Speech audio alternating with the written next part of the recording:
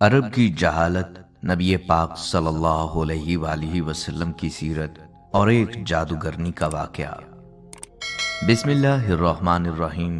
السلام علیکم خواتین و حضرات، آج ہم آپ کو بتائیں گے کہ نبی اکرم صلی اللہ علیہ وآلہ وسلم سے قبل پوری دنیا، خاص کر کے عرب کی کیا حالت تھی۔ دنیا میں کس قدر تعصب، جہالت اور بے دینی تھی۔ لوگ ظالم اور جابر اور فاسق تھے۔ وہ بت پرست، زانی، شرابی اور جوئے باز تھے، جو اپنی لڑکیوں کو زندہ درگور کرتے اور اپنی عورتوں کے ساتھ شرمناک سلوک کرتے تھے۔ ہم اس پر بھی بات کریں گے کہ انسانوں کو ہدایت دینے کا سلسلہ تو پہلے ہی سے انبیاء کرام کے ذریعے شروع ہو چکا تھا، لیکن پہلی امتوں کو بار بار ہدایت کی ضرورت پڑتی تھی۔ وہ راستہ بھٹک جاتے کیونکہ ہر کسی نے اپنا الگ مذہب بنا رکھا تھا۔ کسی کو معلوم نہیں تھا کہ سیدھا راستہ کون سا ہے۔ بہت سی تہذیبیں جو کبھی ترقی یافتہ تھیں، اپنی پہچان کھو چکی تھیں۔ ان کی روایات اور اسلام کے غلبے کے بارے میں بھی آپ کو بتائیں گے۔ وہ لوگ جو اسلام کے دشمن تھے اور چراغ ہدایت کو پھونکوں سے بجھانے کی کوشش کر رہے تھے، ان کے ظلم کے قصے اور نبی اکرم صلی اللہ علیہ وآلہ وسلم کی استقامت کے بارے میں بتائیں گے۔ کیا آپ جانتے ہیں کہ اسلام سے پہلے رومی، ایرانی، سمیری اور ہندی تہذیبوں کی کیا حالت تھی؟ کیا آپ نبی پاک صلی اللہ علیہ وآلہ وسلم اور جادوگرنی کے واقعے کے بارے میں جانتے ہیں؟ کیا آپ جانتے ہیں کہ آپ صلی اللہ علیہ وآلہ وسلم کی وفات کو شہادت کیوں کہا گیا؟ امید ہے کہ آپ کو یہ ویڈیو پسند آئے گی۔ ناظرین، یہ عرب کی سرزمین کی کہانی ہے، جس کی کوئی تہذیب نہ تھی، نہ کوئی تمدن تھا، بلکہ یہ خطہ پوری دنیا سے الگ ہو چکا تھا۔ دعوت الہی انبیاء علیہ السلام کا اولین فریضہ ہے، اور اللہ تعالیٰ انبیاء علیہ السلام کو دنیا میں توحید خالص کے قیام کے لیے مابعوث کرتا ہے۔ دنیا میں جس قدر بھی انبیاء کرام آتے ہیں، سب نے اپنی قوم اور لوگوں کو ان کے خالق کی طرف بلایا ہے کہ تمہارا معبود حقیقی خدا تعالیٰ ہے، صرف اسی کی عبادت کرو اور اس کی تمام تر صفات کے ساتھ اس پر ایمان لاؤ۔ آپ صلی اللہ علیہ وآلہ وسلم کا دنیا میں آنا اور خاص طور پر عرب کی سرزمین پر آنا جیسے روشنیوں کی نوید تھی۔ جو انقلاب عظیم حضرت محمد مصطفیٰ صلی اللہ علیہ وآلہ وسلم نے دنیا میں برپا کیا، وہ اس سے قبل نہ کبھی کسی آنکھ نے دیکھا اور نہ کبھی کسی کان نے سنا۔ یہ کہانی شروع ہوتی ہے جب سرزمین عرب میں ہر طرف ظلم و ستم، جبر و تشدد اور وحشت و بربریت نے ڈیرے ڈال رکھے تھے۔ کفر و الحاد اور ظلم و جہالت کی تاریکی نے عالم انسانیت کو چاروں طرف سے گھیر رکھا تھا۔ عرب کی حالت دنیا کے دوسرے خطوں سے زیادہ خطرناک تھی۔ جہالت اور نفس پرستی کی وجہ سے ان کی اخلاقی حالت نہایت ناگفتبا تھی۔ شراب نوشی، عورتوں کا عریاں رقص، لڑکیوں کو زندہ دفن کر دینا، لاتعداد بیویاں رکھنا اور والد کے مرنے کے بعد دیگر چیزوں کے ساتھ ساتھ اپنی ماؤں کو بھی آپس میں بانٹ لینا اور بیویاں بنا کر رکھنا یا فروخت کر دینا عام تھا۔ بعض قبیلوں کا پیشہ ہی چوری، لوٹ مار اور قتل و غارت گری تھا۔ جو عورتیں بیوہ ہو جاتی، اسے 1 سال کی عدت گزارنا پڑتی اور اسے نہایت منحوس سمجھا جاتا۔ 1 سال تک اسے غسل اور منہ ہاتھ دھونے کے لیے پانی تک نہ دیا جاتا اور نہ پہننے کے لیے لباس ہی فراہم کیا جاتا۔ جیسے کہ حدیث پاک میں ہے، جب کسی عورت کا خاوند مر جاتا تو وہ ایک کوٹھڑی میں داخل ہو جاتی، خراب کپڑے پہن لیتی اور خوشبو کو ہاتھ تک نہ لگاتی، یہاں تک کہ سال گزر جاتا۔ بے حیائی اس حد تک عام ہو چکی تھی کہ حج کے موقع پر ہزاروں لوگ جمع ہوتے، لیکن قریش کے سوا سب مرد اور عورتیں برہنہ حالت میں طواف کرتے۔ حشرات الارض یعنی چھپکلی، بچھو، چھچھوندر، چوہے اور سانپ تک کھا جاتے۔ یتیموں کا مال کھانا اور غریبوں کو ستانا عام تھا۔ معاشی زندگی میں سود کا نظام رائج تھا۔ عورتوں اور بچوں تک کو گروی رکھ دیا جاتا۔ جیسا کہ ارشاد ہے، لوگ بچیوں کو زندہ درگور کر دیتے۔ ان تمام برائیوں کے باوجود اہل عرب میں کچھ ایسی خصوصیات بھی تھیں جو آج کل کے مہذب اور ترقی یافتہ دور میں بھی ہمیں نظر نہیں آتی۔ مثلاً ایفائے عہد۔ حجاز کا عرب نہ کسی کا محکوم تھا اور نہ حبس ملک گیری رکھتا تھا۔ شروع سے لے کر اس وقت تک کسی غیر نے ان پر حکومت نہیں کی تھی۔ اہل عرب کی مہمان نوازی اپنے اور بیگانوں سب کے لیے عام تھی، لیکن ان خوبیوں کو ان کی بدکرداری، ظلم و عیاشی نے اپنے ناپاک دامن میں چھپا رکھا تھا، کیونکہ بے شمار برائیوں میں چند خوبیاں دب کر رہ جاتی ہیں۔ مزید یہ کہ ان کے نزدیک اچھائی اور برائی میں کوئی فرق نہیں تھا، وہ ہر کام عادتاً کرتے تھے۔ یہی کیفیت ان کی مذہبی دنیا میں بھی تھی۔ مذہبی ذوق کی تسکین کے لیے انہوں نے بت تراش رکھے تھے، مگر پرستش کے باوجود وہ اپنے معبودوں کے تابع نہیں تھے۔ جو من میں آتا کر ڈالتے تھے۔ نسلی تفاخر اپنی آخری حدوں کو چھو رہا تھا۔ وہ ہر غیر عرب کو عجم یعنی گونگا کہا کرتے تھے۔ الغرض اس وقت پورا عرب ظلم و جہالت اور اندھیر نگریوں کا نقشہ پیش کر رہا تھا۔ جس وقت اسلام دنیا میں آیا، مشرق و مغرب دونوں جہانوں پر جہالت کی تاریکی چھائی ہوئی تھی۔ آج ان ممالک میں بسنے والی قومیں اپنے اپنے ثقافتی ماضی کی عظمت کے بارے میں جو کچھ بھی کہیں، لیکن واقعہ یہ ہے کہ ظہور اسلام سے بہت پہلے ان اقوام کی علمی اور ثقافتی سرگرمیاں ختم ہو چکی تھیں اور وہ ضلالت کی زندگی بسر کر رہی تھی۔ انسانیت آمریت اور شہنشاہیت کے ظلم کا شکار تھی۔ شرف انسانی کی ہر قدر پامال ہو چکی تھی۔ جزیرہ نما عرب ہی نہیں، پوری دنیا ظلم و جبر کا منظر پیش کر رہی تھی۔ انسانی حقوق کا ہر تصور حکمرانوں کی انا کی گرد میں گم ہو چکا تھا۔ قبل از بعثت محمد صلی اللہ علیہ وآلہ وسلم روم اور ایران اپنے وقت کی عالمی طاقت کی حیثیت رکھتے تھے۔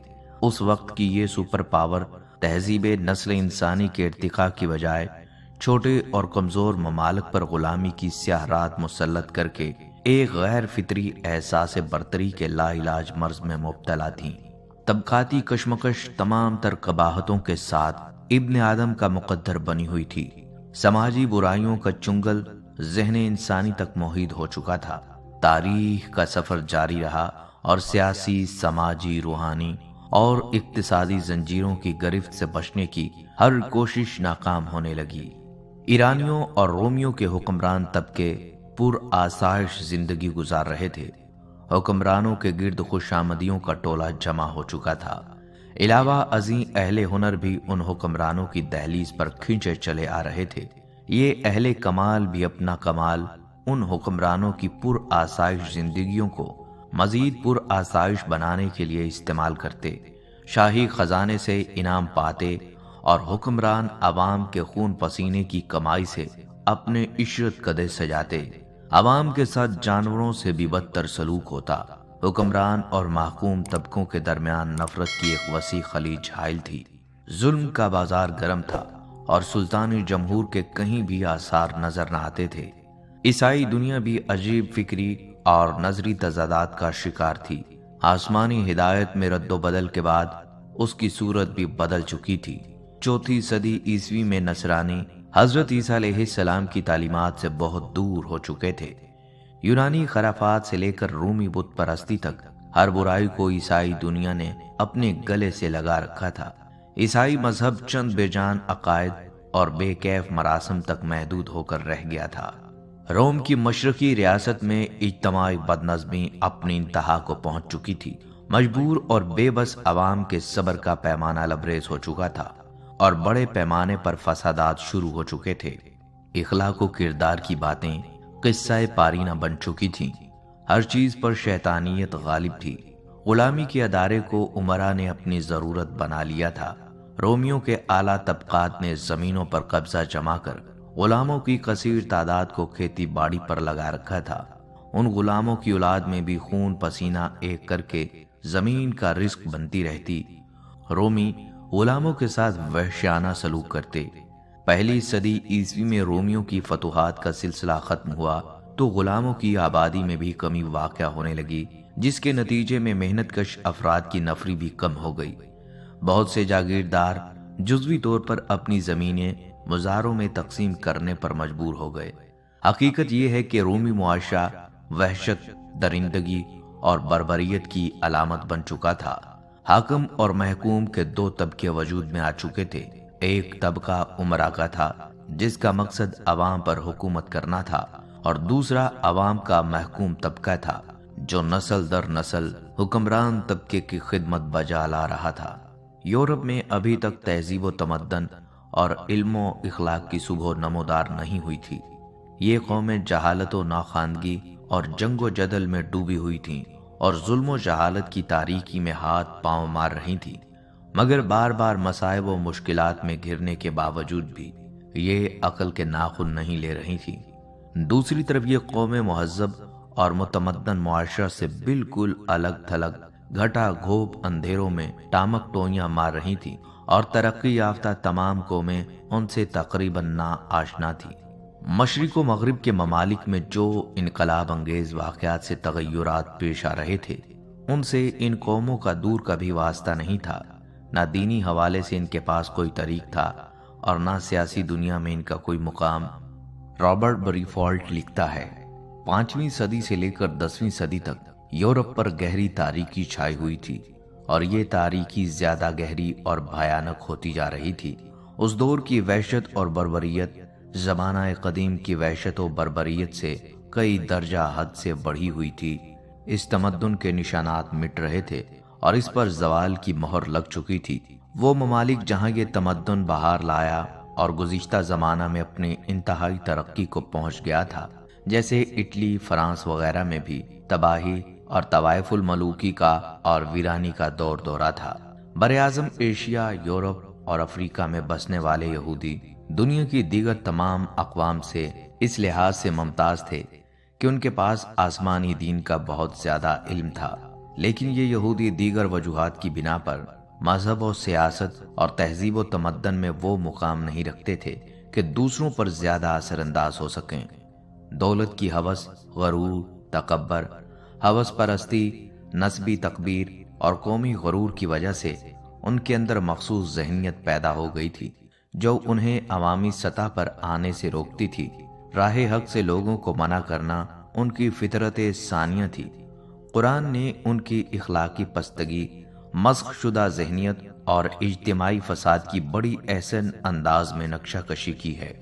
یہودیوں اور عیسائیوں کی باہمی رقابت 6 صدی عیسوی کے آخر میں اپنی آخری حدوں کو چھو رہی تھی۔ ایک دوسرے کو ذلیل و رسوا کرنے، خون بہانے اور مفتوح اقوام کے ساتھ غیر انسانی سلوک روا رکھتے۔ اس صفاقی جبر و تشدد اور اس وحشت و بربریت کے اس ماحول میں جس کا مظاہرہ یہ دونوں مذاہب وقتاً فوقتاً کرتے رہتے تھے، ان سے کیا توقع کی جا سکتی تھی کہ وہ اپنے دور حکومت میں انسانیت کے پاسباں ہوں گے اور حق و انصاف اور عدل و مساوات کی اقدار کی پاسداری کریں گے۔ ناظرین، اسلام کی آمد سے قبل دنیا میں بے شمار تہذیبیں عروج و زوال سے دوچار ہوئیں، لیکن آج چند ایک کے سوا سب اپنا تشخص کھو چکی ہیں۔ جن میں سے چند تہذیبوں کے بارے میں آپ کو بتاتے ہیں۔ جنوبی عراق میں شمال کی طرف سے ایک نئی قوم کے لوگ آ کر آباد ہوئے۔ یہ لوگ اپنے ساتھ دھات کے استعمال کی ترقی یافتہ صنعت اور کمہار کے چاق کی ایجاد لے کر آئے تھے۔ 3000 قبل مسیح سے کچھ عرصہ قبل جنوبی عراق پر اس اجنبی قوم کا قبضہ ہو گیا جو ایک متمدن قوم تھی، اور یوں سمیری تہذیب وجود میں آئی۔ اہل مصر بھی شاندار تہذیبی روایت کے حامل تھے۔ سمیری تہذیب مصری تہذیب سے قدیم تھی۔ اہل مصر ایک ترقی یافتہ قوم تھے۔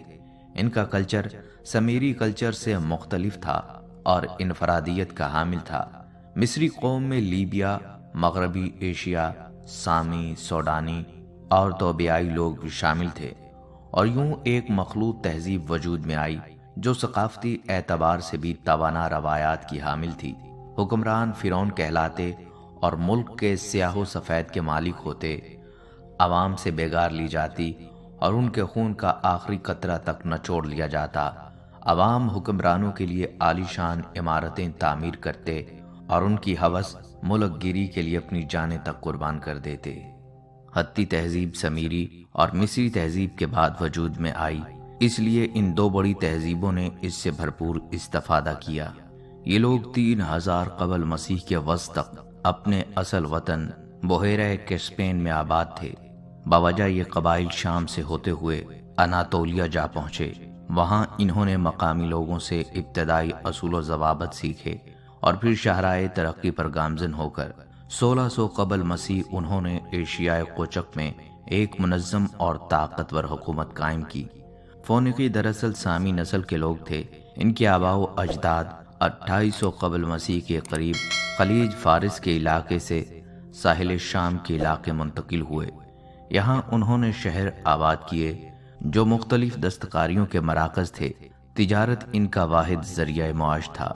یہی تجارت ان کی منفرد تہذیب کی بنیاد بنی۔ انہوں نے لسانی اعتبار سے بھی کمال ترقی کی۔ ان کا کارنامہ یہ ہے کہ انہوں نے اپنی زبان کی تمام آوازوں کو 22 حروف تہجی میں لکھنے کا آغاز کیا۔ ان کا دوسرا کارنامہ یہ ہے کہ انہوں نے اسپین کے ساحلوں تک رسائی حاصل کی اور رفتہ رفتہ وہاں اپنی 9 آبادیاں قائم کیں۔ یونان 1600 قبل مسیح ایک نیم وحشی ملک تھا۔ 2000 قبل مسیح آریہ نسل کے جو لوگ یونان میں آئے تھے وہ تہذیب سے اتنے ہی نابلد تھے جتنے مقامی لوگ۔ 8ویں صدی کے وسط سے یونانی قوم میں بیداری کی لہر پیدا ہوئی اور ترقی کے آثار نظر آنے لگے۔ سابقہ 4 صدیوں کے دور کے یونانی لوگ مشترکہ تہذیب و تمدن کی بعض مخصوص اور منفرد خصوصیات قائم کرنے میں کامیاب ہو گئے تھے۔ شہری ریاست اگرچہ یونان سے قبل سمیری تہذیب میں مارز وجود میں آ چکی تھی، لیکن جتنا انہماک اور شوق یونانیوں نے ظاہر کیا اور شہری ریاستوں کے تصور کو اپنی تہذیب کا حصہ بنا لیا، اتنا جوش و خروش خود سمیری تہذیب میں بھی نہیں پایا جاتا تھا۔ یونانی تہذیب و تمدن کے 2 بنیادی رجحان فلسفہ اور سائنس تھے، جو بعد میں یورپی اقوام کی مادری ترقی کا باعث بنے۔ تہذیب و تمدن کے ابتدائی مراکز میں جنوب مغربی ایران کا علاقہ خاص اہمیت کا حامل تھا۔ خلیج فارس سے ملا ہوا یہ علاقہ قدیم زمانے میں علام کے نام سے مشہور تھا۔ آثار قدیمہ کی دریافتوں سے یہ چیز ثابت ہو چکی ہے کہ سمیری تہذیب کے ابتدائی زمانے سے علام کے مرکزی شہر سوسا میں ایک ترقی یافتہ تمدن موجود تھا۔ ظہور اسلام کے وقت ایران ایک طاقتور ملک گردانا جاتا تھا، عسکری حوالے سے بھی اور تہذیبی حوالے سے بھی۔ اس لیے ایران کو اس عہد کی سپر پاور سے تعبیر کیا جاتا ہے۔ مگر ظہور اسلام سے کچھ پہلے کی جو آندھی دنیا میں چل رہی تھی، ایران بھی اس سے محفوظ نہ رہ سکا۔ بہرام نے جو 6 صدی عیسوی میں ایران کا حکمران تھا، اپنی بہن سے ازدواجی تعلقات قائم کر رکھے تھے۔ چنانچہ ابن جریر طبری رقم تراز ہیں، شاہ بہرام کی کردیہ نامی ایک بہن تھی جو تمام عورتوں سے بڑھ کر نہایت خوبصورت اور کامل ترین تھی۔ اس نے اس کے ساتھ ازدواجی تعلق قائم کر رکھے تھے۔ ابن جریر طبری دوسری جگہ لکھتے ہیں، یہاں تک کہ وہ کسی بھی آدمی کے گھر میں گھس جاتے تھے اور مال و زن پر قبضہ کر لیتے اور صاحب مکان ان کے خلاف کچھ بھی نہ کر سکتا۔ اسی طرح ہندوستان بھی عالمی منظرنامے میں ثقافتی اور تہذیبی سطح پر زوال کا شکار تھا۔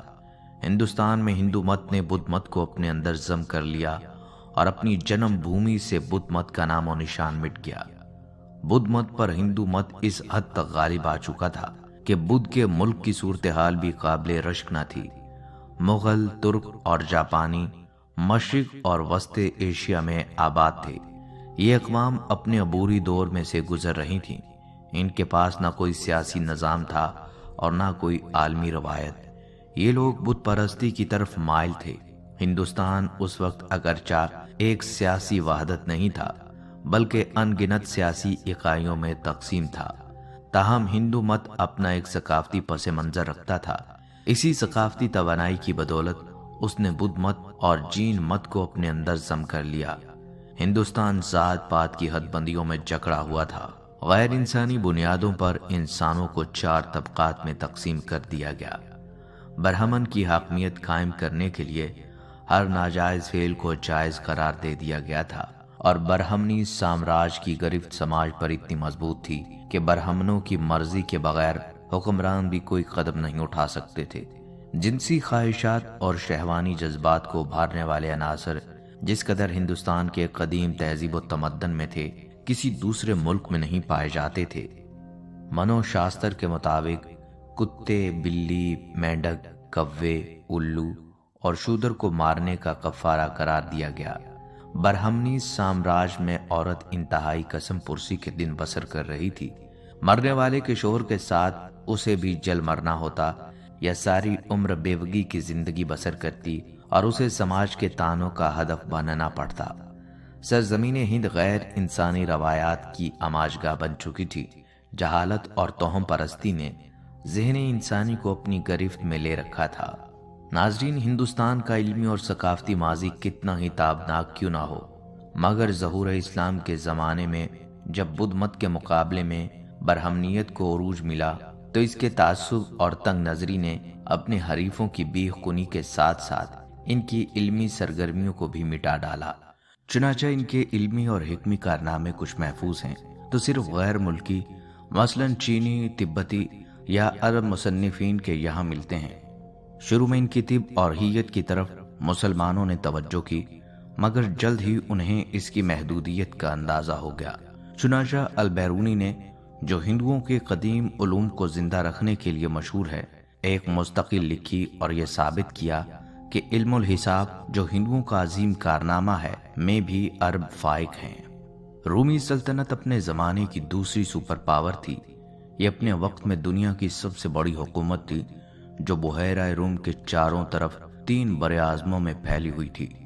رومی ایک جاندار اور شاندار تہذیب کے وارث تھے۔ صنعت و حرفت میں بھی رومی اپنی مثال آپ تھے اور صحیح معنوں میں ایک سپر پاور تھے۔ رومی تہذیب یونانی کلچر سے متاثر تھی۔ رومیوں نے مقامی تہذیبوں کے ملاپ سے ایک نئے تمدن کی بنیاد رکھی، مگر اخلاقی اور قومی سطح پر رومی تہذیب بتدریج زوال کا شکار تھی۔ گو جزیرہ نمائے عرب کو رومی کسی خاطر میں نہ لاتے تھے، لیکن حضور نبی اکرم صلی اللہ علیہ وآلہ وسلم کے مکی دور کے بعد جب ریاست مدینہ کی داغ بیل پڑی اور اسے داخلی اور خارجی استحکام کے بعد جب اس کا سامنا رومی تہذیب سے ہوا تو انجام کار اسلام کو اس پر غلبہ نصیب ہوا۔ ناظرین کرام، اسلام ایک مکمل دین اور طریقہ زندگی ہے۔ اس کا پیش کردہ نظام فکر و عمل ہر دور کے انسان کی انفرادی اور اجتماعی زندگی کے ہر پہلو کے لیے قابل عمل ہے۔ اسلام کا پیروکار اس بات کا پابند ہے کہ اپنی خواہشات کو اللہ کے دین کے تابع کر دے اور کسی بھی خواہش کی تکمیل و تسکین کے لیے صرف وہی راستہ اور طریقہ کار اپنائے جس کا تعین دین میں کیا گیا ہے۔ ارشاد باری تعالیٰ ہے، اے لوگو جو ایمان لائے ہو، دائرہ اسلام میں پورے کے پورے داخل ہو جاؤ۔ اور رسول اللہ صلی اللہ علیہ وآلہ وسلم نے فرمایا، تم میں سے کوئی بھی اس وقت تک مومن نہیں ہو سکتا جب تک اس کی خواہشات میری لائی ہوئی تعلیمات کے تابع نہ ہو جائیں۔ اس آیت اور حدیث سے ثابت ہے کہ اسلامی تعلیمات کا دائرہ کار انسان کی پوری زندگی پر محیط ہے۔ یہ تعلیم انسانی زندگی کے ہر فکری اور عملی پہلو کے لیے رہنما اصول فراہم کرتی ہے، جن کی پشت پر رسول اللہ صلی اللہ علیہ وآلہ وسلم کا نمونہ عمل یعنی اسوہ حسنہ موجود ہے۔ اسلامی تہذیب میں اقوال عالم کی تہذیبوں کی قیادت اور اصلاح کی بھرپور صلاحیت پائی جاتی ہے۔ کسی بھی قوم کی تہذیب میں پائی جانے والی کوئی بھی خوبی در حقیقت اسلامی تہذیب سے ماخوذ ہے۔ ڈاکٹر بی کے نریان لکھتے ہیں، اسلام دنیا میں اس وقت ظہور پذیر ہوا جب قدیم تہذیبیں مثلاً بازنطینی، ایرانی اور ہندوستانی تہذیبیں خشک ہو چکی تھیں اور ہر جگہ لوگ جابر طبقے اور ظالمانہ نظاموں سے نجات کے منتظر تھے، جو کہ قدیم تہذیبوں کی مشترکہ خصوصیت تھی۔ ڈاکٹر آغا افتخار حسین تاریخی جائزہ لیتے ہوئے اسلامی تہذیب کی زرخیزی، انقلاب آفرینی اور دنیا کی تہذیبوں کی رہنمائی کی خوبیوں پر یوں روشنی ڈالتے ہیں۔ انسان کی تہذیبی تاریخ میں اسلام کی حیثیت ایک دین فطرت ہی کی نہیں، بلکہ ایک عظیم ذہنی اور معاشرتی انقلاب کی بھی ہے۔ اسلام کے ظہور کے وقت دنیا شدید تہذیبی انحطاط سے دوچار تھی۔ آج کا تہذیب یافتہ یورپ قرون وسطیٰ کی تاریکیوں میں ڈوبا ہوا تھا۔ وادی نیل، وادی دجلہ و فرات اور وادی سندھ کی قدیم تہذیبیں عروج پر پہنچ کر زوال کا شکار ہو چکی تھیں۔ یونانی افکار کا یہ سنہری دور بھی ختم ہو چکا تھا۔ اس عرصے میں یورپ میں مملکت روما تہذیب کی ایک نئی نوید لے کر ابھری تھی، لیکن یہ عظیم مملکت یعنی تہذیب بھی زوال پذیر ہو گئی۔ اس طرح مشرق اور مغرب میں تہذیب کا ایک خلا پیدا ہو گیا اور اس خلا کو اسلام نے نہایت کامیابی سے پُر کیا۔ چنانچہ عصر حاضر کے ایک مغربی دانشور ایس پی ہنگٹن کا کہنا ہے، یورپی ثقافت نے مغرب کے مخصوص حالات اور مفادات کے تحت 11ویں اور 13ویں عیسوی صدی کے دوران اعلیٰ اسلامی اور بعض نتینی تہذیبوں سے قابل لحاظ تناسب میں موضوع عناصر اخذ کرتے ہوئے ترقی کا آغاز کیا۔ یورپ کی جہالت اور تہذیب سے ناآشنائی ایک تاریخی ریکارڈ ہے، اور یہ بھی کہ یورپ کی تاریخ راہیں اسلامی علم و دانش اور تہذیب و تمدن کے چراغوں سے روشن ہوئیں۔ امجد حیات ملک لکھتے ہیں، یورپ کی صدیوں پرانی اخلاقی اور علمی ویرانی کے دور میں اسلام نے ترقی کے ہر اول دستے کی قیادت کی۔ عیسائیت نے اپنے آپ کو قیصر روم کے تخت پر تو مطمئن کر لیا، لیکن اقوام عالم کی ہدایت اور رہنمائی میں ناکام رہی۔ 4 صدی سے 12ویں صدی عیسوی تک یورپ پر چھائی ہوئی ظلمتوں کے پردے دبیز سے دبیز تر ہوتے چلے گئے۔ کلیسا نے وہ تمام راہیں جن سے علم، انسانیت اور تہذیب کا دور شروع ہو سکے مسدود کر دیں، لیکن پھر بھی وقت کے ساتھ اسلام کے بابرکت اثرات عیسائی دنیا میں پہنچ کر محسوس ہونے لگے۔ احمد عبداللہ زرتشت اور ہندوؤں کے پیروکاروں نیز تاتاریوں اور منگولوں پر اسلامی تہذیب کے اثرات بیان کرتے ہوئے لکھتے ہیں، زرتشتوں نے حلقہ اسلام میں اس لیے شمولیت اختیار کی کیونکہ پادری اپنی طاقتور حیثیت سے بلا جواز فائدہ اٹھا رہے تھے۔ اس کے نتیجے میں ان کے اقدار کی تباہی کے ساتھ ابتری پیدا ہوئی۔ ہندو مت سے اسلام کے سایہ عاطفت میں آنے کی عمومی وجہ ذات پات کے امتیازات تھے، جو معاشرے کے ایک طبقے کے ساتھ انتہائی بے انصافی کے ذمہ دار تھے۔ منگولوں اور تاتاریوں نے اپنے عہد کے مسلمانوں کے ترقی یافتہ تمدن اور تعلیمی اور سائنسی کارناموں سے متاثر ہو کر اسلام قبول کیا۔ ناظرین اکرام، اسلام نے دنیا کو بدلا تو یہ صرف اور صرف سیرت النبی صلی اللہ علیہ وآلہ وسلم کی وجہ سے ممکن ہوا۔ سیرت کے لغوی معنی خواہ کچھ بھی ہوں، لیکن عام طور پر لوگ اس سے مراد سیرت النبی صلی اللہ علیہ وآلہ وسلم ہی لیتے ہیں۔ حضور اکرم صلی اللہ علیہ وآلہ وسلم کی ولادت باسعادت سے وفات کے تمام مراحل حیات آپ صلی اللہ علیہ وآلہ وسلم کی ذات و صفات اور تمام وہ چیزیں جن کا آپ صلی اللہ علیہ وآلہ وسلم کی ذات سے تعلق ہو، سیرت میں شامل ہیں۔ چنانچہ اعلان نبوت سے پہلے اور بعد کے تمام واقعات، کاشانہ نبوت سے غار ہرا اور غار سور تک، حرم کعبہ سے طائف کے بازار تک، مکے کی چراگاہوں سے شام کی تجارت گاہوں تک اور خلوت گاہوں سے غزوات کی رزم گاہوں تک، آپ صلی اللہ علیہ وآلہ وسلم کی حیات مقدسہ کے ہر لمحے کو سیرت کہتے ہیں۔ آپ صلی اللہ علیہ وآلہ وسلم کی زندگی میں ہر شعبے سے وابستہ افراد کے لیے رہنمائی ہے۔ آپ صلی اللہ علیہ وآلہ وسلم داعی تھے اور مربی بھی، قاضی بھی تھے اور زاہد بھی، سیاستدان تھے اور حکمران بھی، سپاہی تھے اور رہنما بھی، باپ اور شوہر بھی تھے۔ لہٰذا اگر آپ داعی ہیں تو سیرت النبی صلی اللہ علیہ وآلہ وسلم کے مطالعے سے دعوت کے کئی اسلوب ملیں گے۔ معلوم ہوگا کہ کلمہ توحید کی سربلندی کی خاطر تکالیف اور آزمائش کے موقع پر ایک داعی کا صحیح کردار کیا ہونا چاہیے۔ اگر آپ خاندان، قبیلے یا فوج کی قیادت کر رہے ہیں یا زمام حکومت سنبھالے ہوئے ہیں تو مطالعہ سیرت سے ایک مضبوط نظام اور مستحکم اسلوب ملے گا۔ رسول اللہ صلی اللہ علیہ وآلہ وسلم نے اپنی عمر کے 15ویں سال ہی امن کے ایک معاہدے میں شرکت کی۔ امیر، غریب، سردار اور غلام کے لیے ایک ہی قانون وضع کیا۔ رفاہی خدمات میں پیش رہے ایک مکمل معاشی نظام پیش کیا، جس کے مطابق تجارت کر کے مسلمانوں نے زمام تجارت، جس پر عرصے سے یہودی قابض تھے، اپنے ہاتھ میں لے لی۔